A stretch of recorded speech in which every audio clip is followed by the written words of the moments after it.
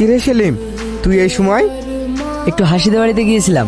ভালো করেছিস, কিন্তু তুই একা যে? একাই গিয়েছিলাম, একটু কাজ ছিল। তোকে একটা কথা বলার ছিল।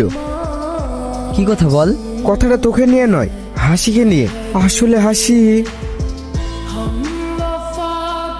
কি ব্যাপার? হাসির সঙ্গে এই ছেলেটা আবার কি? আমি ওদেরকে দেখে খুব অবাক হয়েছিলাম। এই ব্যাপারে তো আমি কিছুই জানি না। ভাই, ওর প্রতি একটু খেয়াল রাখিস। আসলে কথাটা বলে আমি তোকে দুঃখ দিতে চাইনি, বাট না বললে হয়তো পরে কিছু হয়ে যেতে পারতো, সেজন্য আমি তোকে বললাম। তুই যেন আমাকে খারাপ ভাবিস না ভাই। আমতলা যাবে? হ্যাঁ, চাপুন। চলো। আমি যতক্ষণ তোমার সাথে থাকি সময়টা যে কখন কেটে যায় বুঝতেই পারি না। কিন্তু এভাবে আর কতদিন? ওই ভিখারির সঙ্গে থাকতে আমার আর একদম ভালো লাগে না। আর কয়েকদিনের মধ্যেই তোমাকে আমার বাড়ি নিয়ে চলে যাব। বাহ, খুব সুন্দর মানিয়েছে তোমাদের দুজনকে। সেলিম, তুমি? খুব অবাক হচ্ছেন? অবাক হওয়ারই কথা। আপনি অফিসের বস হিসেবে হয়তো সফল, একটা মানুষ হিসাবে আপনি একটা জঘন্য। আর হাসি, তোমার ব্যাপারে আমাকে অনেকেই অনেক রকম কথা বলেছে, আমি কারো কথাই বিশ্বাস করিনি। কিন্তু এখানে এসে দেখছি তুমি সত্যিই নিজেকে বিক্রি করে দিয়েছো।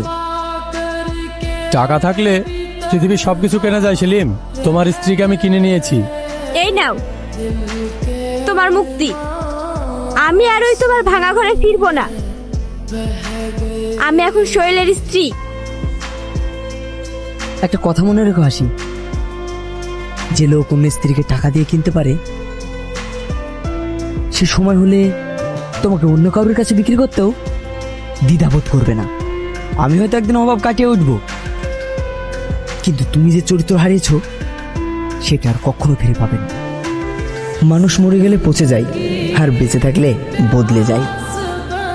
অভাব শুধু আমার পকেট কাটেনি, আমার বিশ্বাসটাও কেটে নিয়েছে। তবে আজ আমি মুক্তি। প্রতিটি মানুষের উচিত আগে নিজের পায়ে শক্ত হয়ে দাঁড়ানো, কারণ ভালোবাসা এখন আর হৃদয়ে থাকে না, ভালোবাসা এখন থাকে মানুষের মানি ব্যাগে। অভাবী পুরুষের কোনো অভিযোগ সাজে না, শুধু দীর্ঘ নিঃশ্বাসটুকুই সম্বল।